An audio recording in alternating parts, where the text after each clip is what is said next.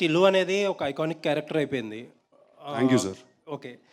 Second పార్ట్‌లో కూడా same problem. Same characterisation మీరన్నదే ఒక అమ్మాయితో ఇబ్బంది పడతాడు. లాస్ట్‌కి ఏమవుతదనేది ఫస్ట్ పార్ట్ లాగే same story.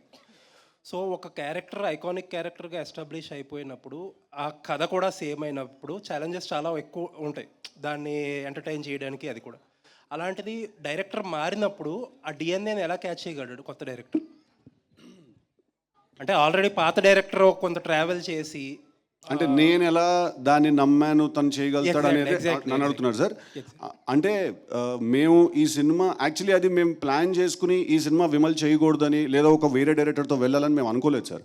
First project DJ Tillu 2 అనే సినిమా మనం చెయ్యాలి అని నాకు వంశన్న వాళ్ళు చెప్పినప్పుడు నాకే డైజెస్ట్ చేసుకోవడానికి కాస్త టైం పట్టింది సార్. బికాజ్ అది మళ్ళీ ఒకసారి తీసాము, చాలా బాగా ఆడింది. So again how to create that magic is a very big challenge, right?